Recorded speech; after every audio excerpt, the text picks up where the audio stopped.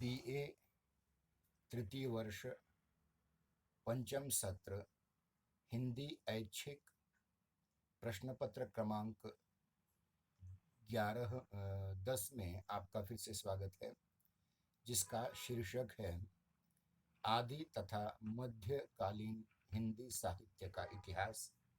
इसके अंतर्गत हमने सबसे पहले साहित्य का इतिहास क्या होता है, उसके उपरांत यह भी देखने का प्रयास किया था कि हिंदी साहित्य इतिहास लेखन की परंपरा को कैसी है और उसमें योगदान देने वाले कुछ महत्वपूर्ण साहित्य इतिहासकारों का भी नाम हमने आपको बताया है और उसके प्रमुख ग्रंथ भी बताए हैं।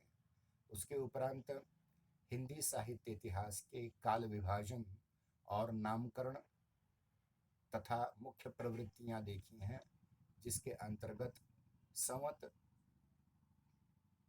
1050 से लेकर के संवत 1375 1150 से लेकर के 1375 तक का कालखंड, जिसको आदिकाल कहा गया, उसके बारे में भी हमने उसकी राजनीतिक परिस्थितियां, सामाजिक परिस्थितियां, सांस्कृतिक परिस्थितियां, उसके उपरांत उसके अलग अलग नाम, खास करके वीरगाथा काल नाम, और इन सभी बातों के उपरांत हमने आदिकालीन राज्याश्रय में लिखा गया हुआ वीरगाथा साहित्य, धर्माश्रय में लिखा गया हुआ जैन साहित्य, सिद्ध साहित्य और नाथ साहित्य, इस पर बड़े विस्तार से चर्चा की, उसकी प्रवृत्तियों पर चर्चा की और सबसे महत्वपूर्ण बात की आदिकाल के जो प्रतिनिधि कवियों के रूप में हमने जिनको देखा था, वह अमीर खुसरो, उनकी मुकरियाँ, उनकी पहेलियाँ, उनका जो लोक साहित्य है या लोकानुरंजनकारी साहित्य है,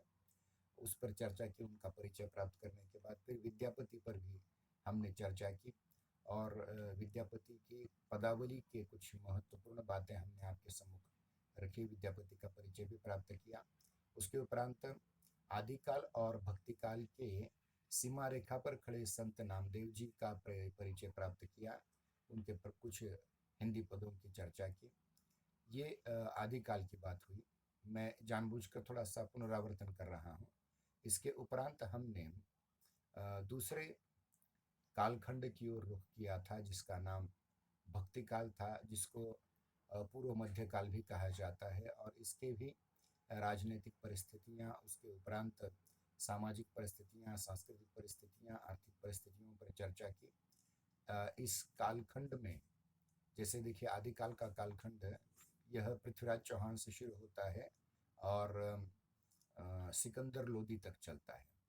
भक्ति काल का आरंभ सिकंदर लोदी से लेकर के शाहजहां तक चलता है और रीति काल शाहजहां से लेकर के 1857 की क्रांति तक चलता है। तो ये राजनीतिक परिस्थितियां भी आपको ध्यान में रखनी होंगी। भक्ति काल में हमने उसके उपरांत सामाजिक परिस्थितियां देखी थी, सांस्कृतिक परिस्थितियां देखी थी, और भक्ति काल के जो काव्य है अलग अलग, जिनमें निर्गुण काव्य धारा के दो भेद, जिसको हमने संत काव्य धारा या ज्ञानाश्रयी निर्गुण मार्गी काव्य धारा कहा, और दूसरा प्रेमाश्रयी निर्गुण काव्य धारा, जिसको सूफी काव्य कहा जाता है, उसे भी देखा। उसके उपरांत सगुण काव्य धारा के अंतर्गत राम कृष्ण भक्ति शाखा और सगुण काव्य धारा के अंतर्गत राम भक्ति शाखा, ये चारों देखें, और इन चारों के प्रतिनिधि कवियों के रूप में हमने क्रमशः संत कबीर, उसके उपरांत मलिक मोहम्मद जायसी, उनके उपरांत सूरदास और उनके उपरांत तुलसीदास, ये अब तक हमने लगभग ये हमारे आ, आ, दोनों कालखंडों को लेकर के बहुत विस्तार से चर्चा की है। लेकिन जिस कालखंड की ओर बहुत उपेक्षा की जाती है, दुर्लक्ष्य किया जाता है, वह है अगला रीति का कालखंड। रीति काल को ही अनेक नामों से जाना जाता है, जैसे श्रृंगार काल, उत्तर मध्य काल, अलंकृत काल वगैरह वगैरह, बहुत सारे नाम इसके हैं। कोई रस काल भी कहता है इसे। लेकिन रीति शब्द का मूल अर्थ क्या है, ये हमें समझना पड़ेगा। और हमने जैसे आचार्य रामचंद्र शुक्ल जी ने रीति काल की जो मर्यादा कही है, काल मर्यादा, उस काल मर्यादा की ओर भी हम जरा ध्यान देने की कोशिश करेंगे। रीति काल की काल मर्यादा जो है विक्रमी संवत 1700 से लेकर के विक्रमी संवत 1900 तक का कालखंड है, जिसको क्रमशः ईसवी सन के रूप में रूपांतरित किया जाए तो 1643 से लेकर के 1843 तक का कालखंड है, या 1857 तक का कालखंड है मोटे तौर पर देखा जाए। और हम अगले सत्र में, छठे सत्र में जिस कालखंड को देखने वाले हैं वह है आधुनिक काल। और आधुनिक काल का जो कालखंड है वह 1857 से ही आरंभ होता है। यूं ये 1857 तक के ईसा के कालखंड को हमने आपके सम्मुख रखने का प्रयास किया। अब हम ये समझने का प्रयास करेंगे कि रीति क्या है। देखिए, इसके पहले हमने साहित्य शास्त्र में आचार्य वामन के रीति सिद्धांत पर चर्चा की थी, और यह एक साहित्य का बहुत महत्वपूर्ण सिद्धांत है, बहुत महत्वपूर्ण संप्रदाय है। रीति का अर्थ ये लिया जाता है कि एक विशिष्ट प्रकार का पद संगठन, मतलब एक विशिष्ट प्रकार की शैली जिसमें शब्दों से जो पद बनते हैं, शब्दों को जब कारक प्रत्यय लग जाते हैं तो पद बन जाते हैं, और उन पदों का एक विशिष्ट पद्धति से संकलन करना ये रीति कहलाता है। और ये रीति काल इसलिए महत्वपूर्ण है कि यह संस्कृत साहित्य शास्त्र के जितने भी बड़े बड़े साहित्य शास्त्री हुए हैं, आचार्य भरत मुनि से लेकर के पंडितराज जगन्नाथ तक, पंडितराज जगन्नाथ शाहजहां के दरबार में थे, मतलब वहां तक का कालखंड जो है, और उसके बाद का कालखंड रीति काल का कालखंड आ जाता है। तो इसमें महत्वपूर्ण बात यह है कि आचार्य भरत मुनि से लेकर के आचार्य पंडितराज जगन्नाथ तक जितने भी संस्कृत काव्य शास्त्रियों ने, जितने भी संस्कृत साहित्य शास्त्रियों ने, आचार्यों ने साहित्य के बारे में अपने मंतव्य प्रकट किए हैं, उनका अनुवाद मात्र किया है हिंदी में। जैसे उदाहरण के रूप में, जैसे कि एक हमारे ये आते हैं केशवदास, उन्होंने काव्य की व्याख्या करते हुए कहा है, यद्यपि सुजाति सुलक्षणी सुवर्ण सुरस सुरत भूषण बिनुन बिराजई कविता वनिता मित्त। मैंने एक उदाहरण दिया। ये इस प्रकार से इन्होंने संस्कृत के जो महत्वपूर्ण यानी अलंकार संप्रदाय के जो अलग अलग कवि हैं, आचार्य हैं, उनकी उक्तियों का हिंदी में खास करके ब्रज भाषा में अनुवाद मात्र किया है। ब्रज भाषा हिंदी की एक बोली है जिसमें रीतिकाल का पूरा साहित्य लिखा गया है।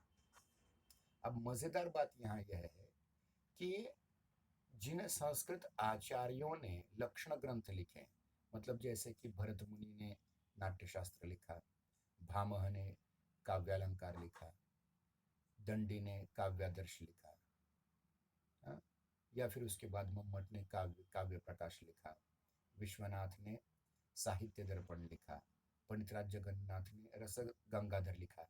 इस प्रकार के ग्रंथ हिंदी में लिखना आरंभ हो चुका था। और हमने सूरदास के बारे में बोलते हुए कहा था कि हिंदी का पहला लक्षण ग्रंथ, काव्यांग निरूपक पहला लक्षण ग्रंथ किसने लिखा है, रचा है, तो वो सूरदास ने रचा है, और वो भी नंददास को साहित्य समझाने के लिए। और उन्होंने बहुत ही सामान्य भाषा में, साहित्य लहरी में, उसका नाम है साहित्य लहरी, साहित्य लहरी में नंददास को ही समझाने का प्रयास किया है। अब देखिए, यहाँ सूरदास और नंददास दोनों भक्ति काल के कवि हैं, वहां से रीतिकाल आरंभ माना जाना चाहिए, परंतु ऐसा नहीं है। रीतिकाल का आरंभ केशवदास से माना जाता है, क्योंकि केशवदास ने बहुत बड़ी क्रांति की थी शाहजहां के और औरंगजेब के दरबार में बैठ करके बहुत सारे अच्छे काव्यांग निरूपक ग्रंथ लिखे थे, जिसके अंतर्गत हम देखते हैं कि उनका कवि प्रिया ये अलंकार पर आधारित ग्रंथ है, रस प्रिया यह रस पर आधारित ग्रंथ है, और छंद विधान नाम का उनका ग्रंथ है, जिसके अंतर्गत उन्होंने छंदोमाला नाम का ग्रंथ है, जिसमें अलग अलग छंदों की चर्चा की है। छंदों की चर्चा और अलंकारों की चर्चा हम अगले सत्र में करेंगे, जो उस पर ज़्यादा चर्चा नहीं करेंगे। केवल इतना ध्यान रखिए कि काव्य के लक्षण अर्थात काव्यांगों के लक्षण, जैसे कि अलंकार, शब्द शक्ति, रस, ध्वनि, औचित्य, जो वक्रोक्ति इत्यादि हैं, इनके आधार पर, ये प्राचीन संस्कृत आचार्यों के आधार पर इन कवियों ने काव्यांग निरूपक ग्रंथ लिखे। इसलिए इन्होंने एक रीति का, एक परिपाटी का अनुकरण किया है। कहते हैं ना, ये रीति, इस रीति से हम आए हैं। तो ये रीति जो संस्कृत काव्य शास्त्रियों ने रखी थी, उस रीति, उस परिपाटी को आगे बढ़ाने का कार्य इन लोगों ने किया हुआ है। जैसा कि हमने अभी कहा कि पहला साहित्य काव्यांग निरूपक ग्रंथ या रीति ग्रंथ साहित्य लहरी है, जो सूरदास ने रचा था। किसके लिए? नंददास के लिए। अब नंददास ने भी उसमें आगे थोड़ी सी बढ़ोतरी की है और एक छोटा प्रयास के रूप में नंददास ने रसमंजरी नाम का ग्रंथ लिखा है, जो भक्ति काल में ही लिखा था। इसके उपरांत हम देखते हैं कि काव्य लक्षणों में, काव्य लक्षणों की परिपाटी पर ग्रंथ लिखने वालों में मतिराम, चिंतामणि, भूषण, ग्वाल, पद्माकर, देव, भिखारीदास, प्रताप शाही इत्यादि ग्रंथ लेखक कवि हैं, जिन्होंने काव्यांग निरूपक ग्रंथ लिखे। इसलिए और इसमें देखिए, रस की जब बात करते हैं तो रसराज श्रृंगार की ज्यादा बात की जाती है, इसलिए इसे श्रृंगार काल भी कहा जाता है, रीति काल को। कुछ लोगों ने इसे कलात्मक अलग अलग प्रयोग किए गए, इसलिए इसे उन्होंने कला काल भी कहा है कुछ लोगों ने। और ऐतिहासिक दृष्टि से इसे उत्तर मध्य काल कहा जाता है, ये भी आपने देख लिया है इसके पूर्व। मेरे कहने का तात्पर्य यह है कि नाम चाहे जो हो, लगभग उनकी प्रवृत्तियां एक थी और ये सारे के सारे कवि दरबारी कवि थे, और इन कवियों ने इस प्रकार के काव्यांग निरूपक ग्रंथ लिखने का प्रयास किया है। देखिए, जब भी हम रीति शब्द का अर्थ निकालते हैं तो आचार्य भामह ने अपने ग्रंथ काव्यालंकार सूत्र वृत्ति में रीति की परिभाषा करते हुए कहा है, विशिष्ट पद रचना रीति। एक विशिष्ट प्रकार की पद रचना, एक विशिष्ट शैली की पद रचना ही रीति है, और उस आधार पर इस काल के काव्यांग निरूपक कवियों ने अलग अलग लक्षण ग्रंथ लिखे हैं। और यहाँ भी 3 प्रकार के कवि हुए हैं, ध्यान रहे। एक है रीतिबद्ध कवि, जिन्होंने केवल लक्षण ग्रंथ लिखे, जिन्होंने केवल लक्षण ग्रंथ लिखे। दूसरे ऐसे हैं रीति सिद्ध कवि, जिन्होंने लक्षण ग्रंथ कोई नहीं लिखा, लेकिन उन्हें काव्य के लक्षणों का बहुत अच्छी तरह से ज्ञान था, यानी उसी आधार पर उन्होंने काव्य लिखा। और तीसरे ऐसे कवि हैं जिन्होंने इस रीति की परिपाटी को ठुकराया। श्रृंगार रस में और वीर रस में कोई लक्षण ग्रंथ नहीं लिखा, उन्होंने लक्षण ग्रंथ का ज्ञान हमें है ऐसा भी नहीं लिखा, लेकिन उन्हें लक्षण ग्रंथों का ज्ञान बहुत अच्छा था। ऐसे कुछ रीति मुक्त कवि भी हुए हैं। 3 प्रकार के कवि हुए हैं, रीतिबद्ध, रीति सिद्ध और रीति मुक्त। ध्यान दें, मैं फिर से कह रहा हूं, रीतिबद्ध कवि वे कवि हैं जिन्होंने काव्यांग निरूपक लक्षण ग्रंथ लिखे और उन्होंने कोई साहित्य के ग्रंथ नहीं लिखे, मतलब कविता नहीं लिखी, केवल लक्षण ग्रंथ लिखे। लक्ष्य ग्रंथ कोई नहीं लिखा। लक्षण और लक्ष्य में अंतर यह है, ध्यान रखिए कि काव्यांकों के लक्षण बताना, जैसे कि रसगंगाधर है, जैसे कि साहित्य दर्पण है, उसके उदाहरण उन्होंने दिए होंगे, नहीं ऐसा नहीं, लेकिन वो दूसरों के दिए उदाहरण। लेकिन रीति सिद्ध कवियों ने क्या किया, इस ज्ञान के आधार पर, रीति के या काव्यांग निरूपक लक्षणों के ज्ञान के आधार पर लक्ष्य ग्रंथ लिखे। ऐसे कुछ कवि हैं, और कुछ ऐसे कवि हैं जिन्होंने इस परिपाटी को ठुकरा दिया और खुद के अपने कुछ नए काव्यांग लक्षण के आधार पर लक्ष्य ग्रंथ लिखने का प्रयास किया। उनको रीति मुक्त कवि कहा जाता है। मैं फिर से कह रहा हूँ, 3 प्रकार के कवि, रीतिबद्ध, रीति सिद्ध और रीति मुक्त, ये 3 प्रकार के कवि थे। अब इनमें कुछ कवियों के लक्षण ग्रंथ और उसके ग्रंथकारों के नाम इस प्रकार हैं, चिंतामणि, मतिराम और भूषण। ये तीनों को त्रिपाठी बंधु कहा जाता है, जिनमें से चिंतामणि ने काव्य विवेक, कवि कुल कल्पतरु और श्रृंगार मंजरी, ये 3 ग्रंथ लिखे। मैंने केशवदास का पहले उदाहरण दिया था। केशवदास ने 3 ग्रंथ लिखे, कवि प्रिया, रस प्रिया और छंदोमाला, ये 3 ग्रंथ काव्यांग निरूपक। चिंतामणि के काव्य विवेक, कवि कुल कल्पतरु, श्रृंगार मंजरी। उसके उपरांत मतीराम के ग्रंथ हैं रसराज, अलंकार पंचाशिका, ललित ललाम, वृत्त कौमुदी और मतीराम सतसई, ये 5 ग्रंथ हैं। इसके उपरांत इनके छोटे भाई भूषण भूषण ने लक्ष्य ग्रंथ और लक्षण ग्रंथों का गड्ढम गड्ढा करके छत्रपति शिवाजी महाराज और छत्रसाल की प्रशंसा करते हुए काव्यांग निरूपण किया है। उनमें शिवराज भूषण, शिवा बावनी, ये 2 ग्रंथ बहुत शिवाजी महाराज पर हैं। एक और ग्रंथ है जिसे कहा जाता है छत्रसाल दशक, ये इनके लक्ष्य ग्रंथ हैं। और इनके लक्षण ग्रंथों में अलंकार प्रकाश, छंदोरधय प्रकाश, भूषण उल्लास और दूषण उल्लास है। अगले कवि हैं जसवंत सिंह, जिनका भाषा भूषण, आनंद विलास, सिद्धांत बोध, अनुभव प्रकाश है। कुलपति मिश्र का रस रहस्य, नखशिक, दुर्गा भक्ति तरंगिणी, मंडन की रसरत्नावली, रसविलास, नयन पचासा, काव्य रस। इसके उपरांत देव का भाव विलास, भवानी विलास, रसविलास, काव्य रसायन। पद्माकर जगत विनोद, पद्माभरण, प्रताप सिंह बिरुदावली, प्रबोध पचासा और गंगा लहरी, ये उनके प्रसिद्ध ग्रंथ हैं। इसके उपरांत हम देखते हैं कि गोप नाम के कवि हैं जिन्होंने लक्षण ग्रंथ के रूप में रामचंद्राभरण, रामचंद्र भूषण, रामालंकार, ग्वाल कवि के नखशिख अलंकार, भ्रमभंजन, रसरूप कवि दर्पण। भिखारी दास का काव्य निर्णय, इसका उल्लेख बहुत बार होगा क्योंकि भिखारी दास का उल्लेख हमने कल भी किया था। सूर सूर तुलसी ससी उड़गुण के सवदास, अब के कवि कद्योत हैं जहाँ तक प्रासी दोहा लिखने के लिए। भिखारी दास का काव्य निर्णय, श्रृंगार निर्णय, रस सारांश, उसके उपरांत छंदार्णव पिंगल, छंद प्रकाश वगैरह। रसलीन, अंग दर्पण, रसबोध, बहुत ही महत्वपूर्ण कवि हैं ये। सोमनाथ का रस पीयूष निधि, श्रृंगार विलास, प्रेम पच्चीसी। दुल्ह कवि का कवि कुल कंठाभरण, प्रताप शाही का व्यंग्यार्थ कौमुदी, श्रृंगार मंजरी, श्रृंगार शिरोमणि, अलंकार चिंतामणि, काव्य विनोद।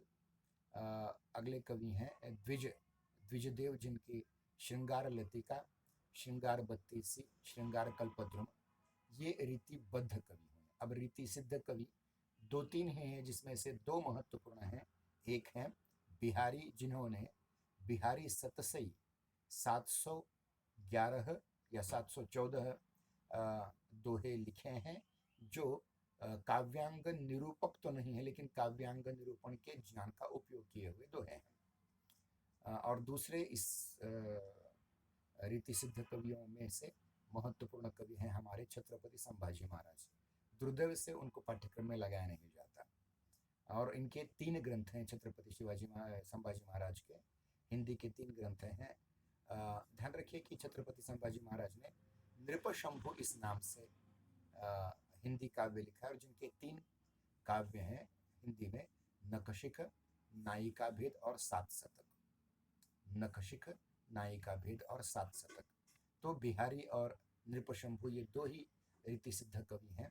और अन्य रीति मुक्त कवियों में घनानंद, आलम, बोधा, ठाकुर ये हैं। अब इनमें से किन कवियों को हमें डिटेल में पढ़ना है, ध्यान रखिए। पहले हैं केशवदास, दूसरे हैं पद्माकर, तीसरे हैं बिहारी, चौथे हैं घनानंद और 5वें भूषण। कौन कौन से, मैं फिर से कहता हूँ, 5 कवि हमें पढ़ने डिटेल में। केशवदास, उसके उपरांत बिहारी, उसके नहीं, केशवदास के बाद पद्माकर, पद्माकर के बाद बिहारी, बिहारी के बाद घनानंद और भूषण। इनमें से केशवदास और पद्माकर ये रीतिबद्ध काव्यधारा के कवि हैं। बिहारी रीति सिद्ध काव्यधारा के कवि हैं। रीतिमुक्त काव्यधारा के कवि घनानंद हैं। परंतु इन सब से अलग रीतिबद्ध होते हुए भी जिन्होंने श्रृंगार रस पर बिल्कुल ध्यान नहीं दिया, अपितु वीर रस पर ध्यान दिया, ऐसे कवि भूषण जिन्होंने छत्रपति शिवाजी महाराज पर लिखा। अब हम चलते हैं रीतिकाल की सामाजिक सांस्कृतिक दृष्टि में जो महत्वपूर्ण तथ्य आते हैं, खास करके राजनीतिक परिस्थितियां। मैंने इससे पूर्व भी आपसे कहा था कि अ, रीति काल का जो कालखंड है वो राजनीतिक दृष्टि से डामाडोल का था। और इसमें जो मुगल सल्तनत थी, जिसके शाहजहां से लेकर के शाहजहां से लेकर के कालखंड आरंभ होता है, वह 1857, मतलब अंतिम जो बादशाह थे जिनका नाम था बहादुर शाह जफर, जो जिनका 1857 में पतन हो गया, वो कालखंड है।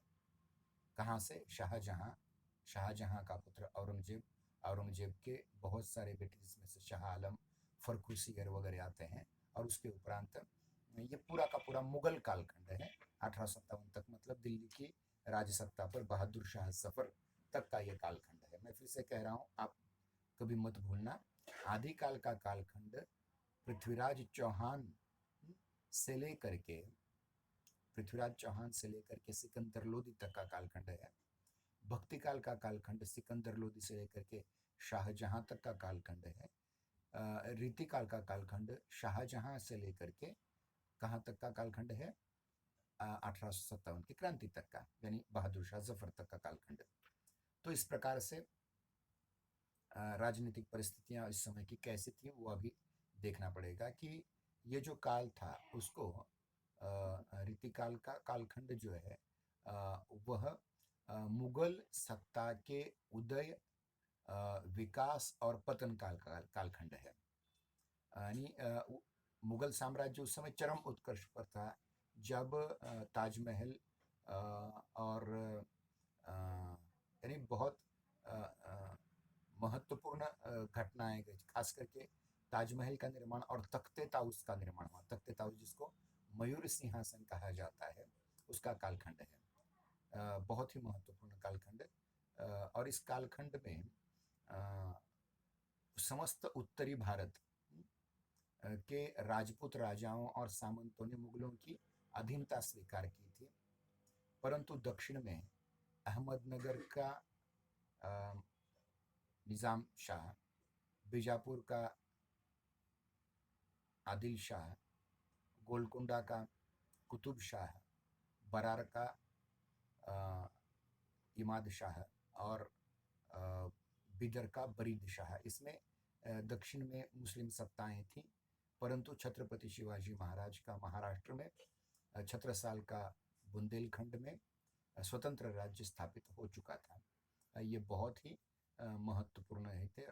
और कला की दृष्टि से अगर देखा जाए तो ये कालखंड बहुत ही महत्वपूर्ण कालखंड है, जिसमें साहित्य, संगीत और अन्य अन्य कलाओं के प्रति बहुत अच्छा दृष्टिकोण अपनाया गया था, और जिस कारण से बहुत ही महत्वपूर्ण राजा जो थे वो अपना युद्ध वगैरह का काम छोड़ करके कलासक्त में आसक्ति युक्त बढ़ा रहे थे।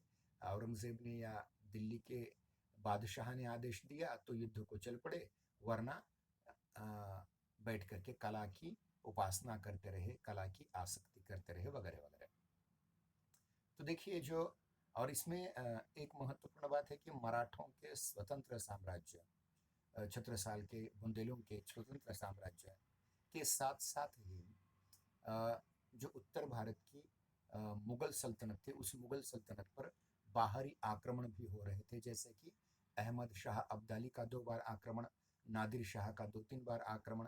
और खास करके यहाँ देखिए, नादिर शाह के आक्रमण के समय कोहिनूर हीरा यहाँ से बाहर चला गया, वो तख्ते ताउस लूट करके चला गया। और एक महत्वपूर्ण बात और है कि नादिर शाह के दूसरे आक्रमण में जब मोहम्मद शाह रंगीला नाम का बादशाह था, मोहम्मद शाह रंगीला, उस समय हमारे रीति मुक्त कवियों में जो प्रधान कवि हैं घनानंद, उनकी भी हत्या हो चुकी थी, नादिर शाह ने उनकी हत्या की। तो ये कुछ इस प्रकार के ऐतिहासिक तथ्य आपके सम्मुख रखने ज़रूरी हैं। और कहा जाता है कि अंग्रेज़ों ने बाद में शाह आलम को पराजित करके मुगल साम्राज्य को तोड़ने का प्रयास किया, और बाद में जाकर के बहादुर शाह जफर को जेल में रखा और उसके बच्चों को उसी के सामने मार दिया 1857 की क्रांति में, और अंग्रेज़ों ने दिल्ली का तख्त पा लिया 1857 में। तो ये जो कालखंड है, इस कालखंड में अगर देखा जाए तो छोटे छोटे जहांदर शाह, मोहम्मद शाह रंगीला, यानी एक कोई एक महत्वपूर्ण सत्ता संपूर्ण भारतवर्ष में नहीं थी, अपितु छोटे छोटे छोटे छोटे छोटे राज्य बने थे। इसलिए देखिए उस समय के एक इतिहासकार ने एक महत्वपूर्ण वाक्य लिखा है इन लोगों के बारे में। वो लिखते हैं कि गिद्धों के नीड़ों में अब उल्लू रहने लगे और बुलबुलों का स्थान कौओं ने ले लिया। मतलब बड़े बादशाहों सुल्तानों की जगह छोटे छोटे छोटे छोटे राजे, छोटे छोटे सुल्तान आते गए और इन सुल्तानों ने इस देश को बर्बाद करने का प्रयास किया। और उन सभी के छोटे छोटे इन साम्राज्यों में, छोटे छोटे राज्यों में वेश्याओं, तबलचियों, सारंगी वादकों, नर्तकों का जो काम है वह बढ़ गया और उन्होंने सीधे सीधे सल्तनत में दखल देना भी शुरू कर दिया था। अब इसमें से कोई अच्छे भी थे और ज़्यादातर बुरे भी थे। अब अच्छे बुरे की बात हम यहाँ नहीं करेंगे, क्योंकि इतिहास में अच्छा बुरा ऐसा वगैरह कुछ नहीं होता। इतिहास केवल तथ्य को ध्यान में रख करके चलता है।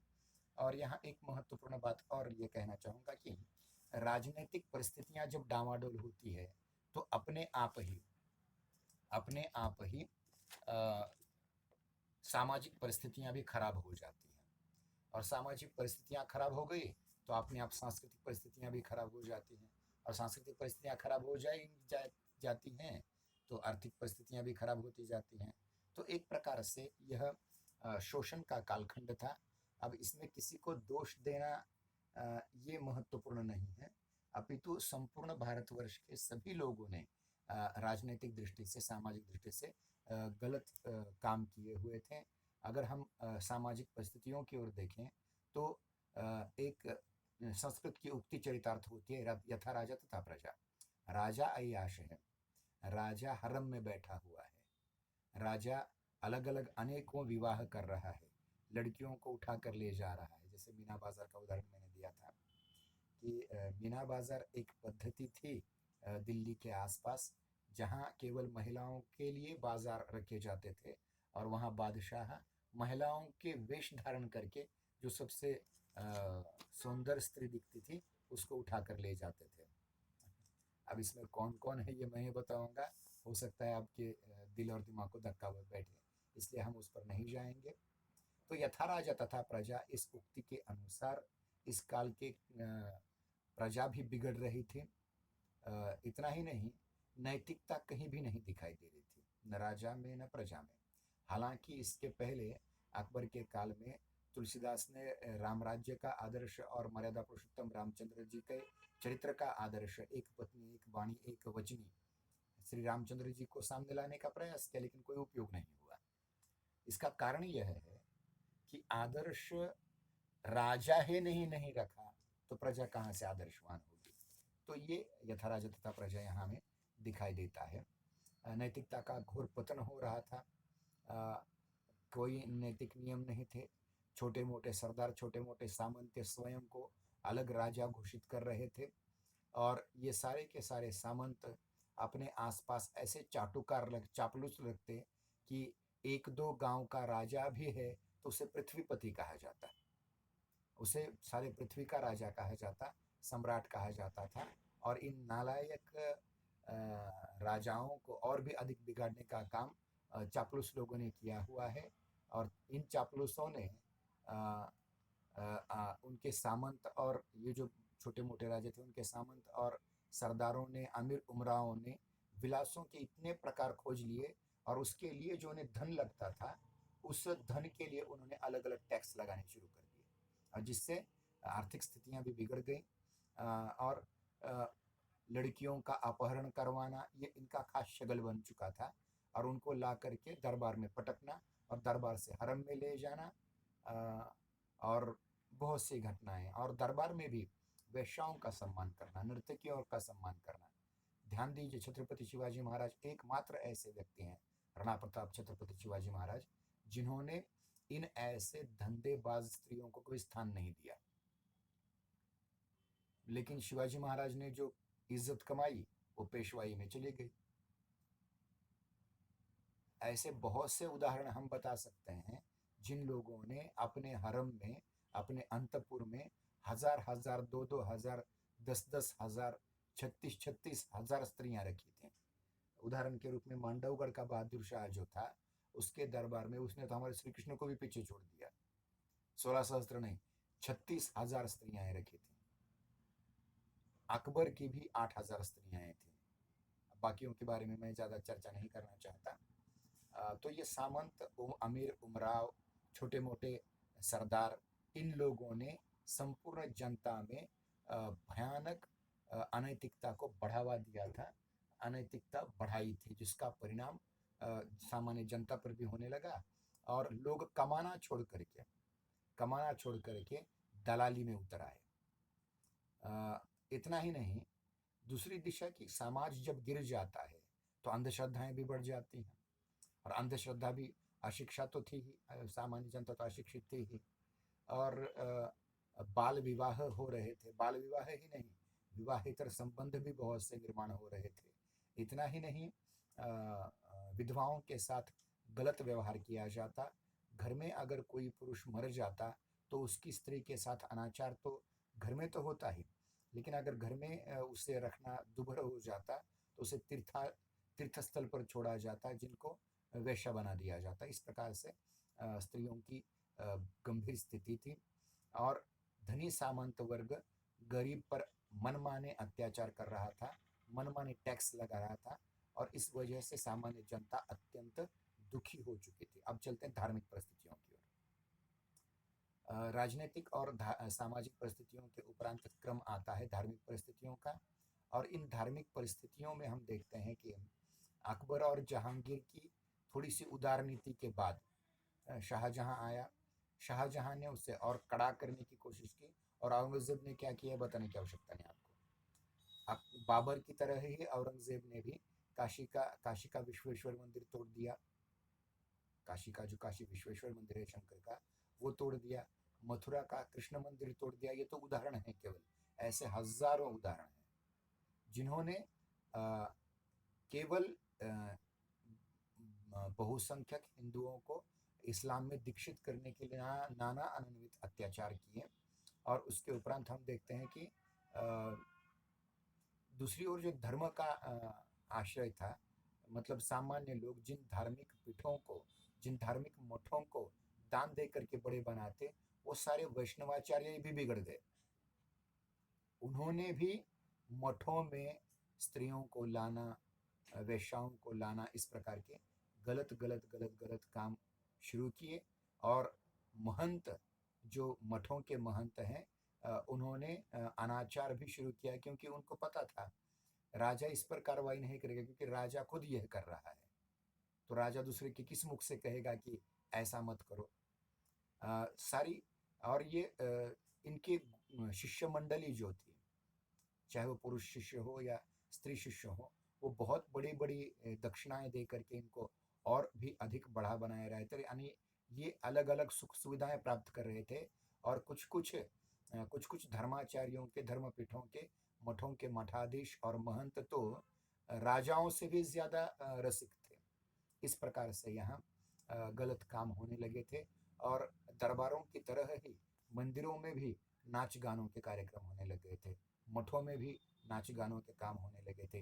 देवदासी प्रथा आरंभ हो चुकी थी, और इसका जाने अनजाने प्रभाव हमारी आर्थिक परिस्थितियों पर भी, धार्मिक परिस्थितियों का होने लगा, क्योंकि धर्म के लिए जो लोग दान देने के लिए जाते हैं, उससे आर्थिक परिस्थितियां भी बिगड़ जाती हैं। इस्लाम धर्म में भी रूढ़िवादिता बढ़ गई थी। कुरान को याद कर लेने से और नमाज पढ़ने को ही धर्म समझा जाने लगा। धर्म को आचरण में लाना नहीं, केवल कुरान पढ़ना और नमाज पढ़ना, इतना ही। केवल बाह्य आचरण पर हिंदू और मुसलमान दोनों के दोनों केवल बाह्य आचरण पर बल दे रहे थे, जिसकी वजह से धर्म का सच्चा स्वरूप विलुप्त हो चुका था। जो नैतिक मूल्यों से भरा आचरण होना चाहिए, वो किसी का नहीं हो रहा था। ये इस काल की सबसे बड़ी समस्या थी। इसके उपरांत हम देखते हैं कि लोग अपनी मनोकामना की पूर्ति करने के लिए मंदिरों मज़ारों में जाने लगे। हजारों स्वर्ण मुद्राएं, अशरफियां वहां चढ़ा करके अपनी इच्छाएं पूर्ण करने के लिए ईश्वर को, अल्लाह को रिश्वत देने लग गए थे, और जिसका जिस धन का गलत उपयोग मुल्ला और पंडित कर रहे थे। अ, और सच्चे प्रेम की जगह स्थूल ऐन्द्रिकता और कामुकता, अ, या आजकल की परिभाषा में कहे तो सेक्सुअलिटी बहुत बढ़ रही थी, और उस वजह से धर्म के उदात्त रूप का लगभग इस काल में नाश हो चुका था। हालांकि कुछ अच्छे लोग थे, नहीं है ऐसा नहीं है, हर काल में अच्छे और बुरे लोग होते हैं, लेकिन अगर लेखा जोखा अगर संपूर्ण देखा जाए, कुल मिलाकर देखा जाए, तो यह काल अनैतिक घटनाओं का कालखंड है, जिससे धर्म भी नहीं बच पाया था। अब देखते हैं साहित्य की ओर, साहित्यिक परिस्थितियों की ओर। लेकिन एक बात ध्यान दीजिए, भले ही इस काल की राजनीतिक परिस्थितियां गलत हों, भले ही इस काल की सामाजिक परिस्थितियां अनैतिक हो चुकी हों, भले ही इस काल की धार्मिक परिस्थितियां भी पापमय हो चुकी हों, किंतु इस काल की जो साहित्यिक परिस्थितियां हैं वो बहुत ही महत्वपूर्ण है। ये मैं नहीं कह रहा हूँ, यह आज डॉक्टर नगेंद्र कहते हैं, और डॉक्टर नगेंद्र जी ने इस विषय पर एक अलग पुस्तक लिखी है जिसका नाम है रीति काव्य की भूमिका। और ध्यान दीजिए कि आचार्य डॉक्टर नगेंद्र जी जो हैं वो रीतिवादी समालोचक हैं, रीतिवादी समीक्षक हैं, रसवादी समीक्षक हैं, और अ, इस काल की में जो रसयुक्त कविताएं लिखी गई उन पर दो लोगों ने बहुत अच्छी पुस्तकें लिखी। एक आचार्य रामचंद्र शुक्ल जी ने रस सिद्धांत नाम की पुस्तक लिखी है, और बाद में जाकर के नगेंद्र जी ने भी रस निरूपक सिद्धांतों पर भी बहुत ग्रंथ लिखे और इसके बहुत सारे उदाहरण दिए हैं। और उन्होंने ये कहा है कि भक्ति काल अगर साहित्य की दृष्टि से स्वर्ण काल रहा है, तो यह जो है रीतिकाल साहित्यिक दृष्टि से डायमंड यानी हीरक युग रहा है। वो कैसे, हम देखने का प्रयास करेंगे कि इस साहित्य और कला की दृष्टि से रीतिकाल में पर्याप्त प्रगति हुई। इस काल में अलंकरण कलात्मकता की प्रधानता अनेक क्षेत्रों में दिखने लगी थी। कवियों और कलाकारों ने राज दरबारों में प्रश्रय लेकर देकर अच्छी वृत्ति दी जाती थी, पैसा दिया जाता था, तथा उनकी गणना समाज के प्रतिष्ठित लोगों में हुआ करती थी। कवियों की दरबारी कवि होने के कारण इस काल में आशयदाताओं की प्रशंसा और उनके शौर्य के अतिशयोक्त वर्णन करना, ये आदिकाल की परिपाटी का भी उन्होंने अनुकरण किया था। जैसे केशवदास ने जहांगीर जस चंद्रिका नामक ग्रंथ लिखा, बहुत ही महत्वपूर्ण ग्रंथ है उस दृष्टि से। जैसे कि आदिकाल में पृथ्वीराज रासो, परमाल रासो, आलखंड वगैरह ग्रंथ लिखे थे, उसी प्रकार से केशवदास ने इस काल में जहांगीर जस चंद्रिका जैसा ग्रंथ लिखा, और भी अन्य अन्य कवियों ने इसमें लिखने का प्रयास किया, जिसका जैसे ही प्रसंग आएगा तो हम उसे समयानुसार बताएंगे आपको। और ये सारे के सारे श्रृंगार के कवि हैं, इस सारे के सारे ब्रजभाषा के कवि हैं। इन्होंने अपने अपने राजाओं की क्या कहते हैं, प्रशंसा करने वाले ग्रंथ लिखे। यहाँ तक कि शाहजहां जैसा जो इस काल का प्रधान राजा है जिससे शुरू होता है, उसकी प्रशंसा में कसीदे भी पढ़े जाने लगे। जो प्रशंसा परक गीत है वो हिंदी कवियों के द्वारा भी और फारसी कवियों के द्वारा भी प्रशंसा परक काव्य से उन्हें बहुत सारा पैसा मिलने लगा, और ज़्यादा पैसा मिलने लगा तो अच्छा काव्य भी उन्होंने लिखा है। केवल राजाओं की प्रशंसा नहीं, अच्छे काव्य भी लिखे हैं जिनके नाम उल्लेख हमने किए थे। लेकिन इस काल में ऐसे भी कवि थे जिन्होंने केवल राजाओं की प्रशंसा नहीं की, अपितु राजाओं के अच्छे कार्यों की प्रशंसा की। जैसे भूषण ने छत्रपति शिवाजी महाराज पर शिवराज भूषण और शिवा बावनी नाम का ग्रंथ लिखा, छत्रसाल पर छत्रसाल दशक नाम का ग्रंथ लिखा। ऐसे सूदन ग्वाल भी कवि हैं जिन्होंने अच्छे राजाओं की भी प्रशंसा की है, केवल बुरे राजाओं की प्रशंसा की है ऐसा नहीं है, अच्छे राजाओं की भी प्रशंसा की है। तो ये भी बहुत अच्छे काव्य लिखे गए। और इस काल में सबसे ज्यादा मजेदार बात ये होती थी कि कवियों के सम्मेलन हुआ करते थे, और इन सम्मेलनों में प्रशंसा पाने के लिए कवि प्रतियोगिता की रीति से, बढ़ चढ़ की दृष्टि से, चढ़ावड़ जिसे मराठी में कहते हैं, उस दृष्टि से अच्छे अच्छे काव्यों के निर्माण में लग गए थे। और ये बहुत ही महत्वपूर्ण साहित्यिक दृष्टि से कालखंड है। ये बहुत ही बड़ी उपलब्धि है हिंदी साहित्य की दृष्टि से। हालांकि राजनैतिक, सामाजिक, धार्मिक, आर्थिक परिस्थितियों की दृष्टि से यह काल डामाडोल का रहा, बुरा रहा, लेकिन कविता की दृष्टि से, साहित्य की दृष्टि से बहुत ही समृद्ध और अत्यंत महत्वपूर्ण काव्य रहा। अब हम चलते हैं रीति काव्य की प्रमुख प्रवृत्ति की ओर। 1-2 मिनट के लिए 1 मिनट के लिए ब्रेक लेते हैं, क्योंकि बड़ी वीडियो तैयार होते समय कठिनाई होती है, तो थोड़ी देर वीडियो रोक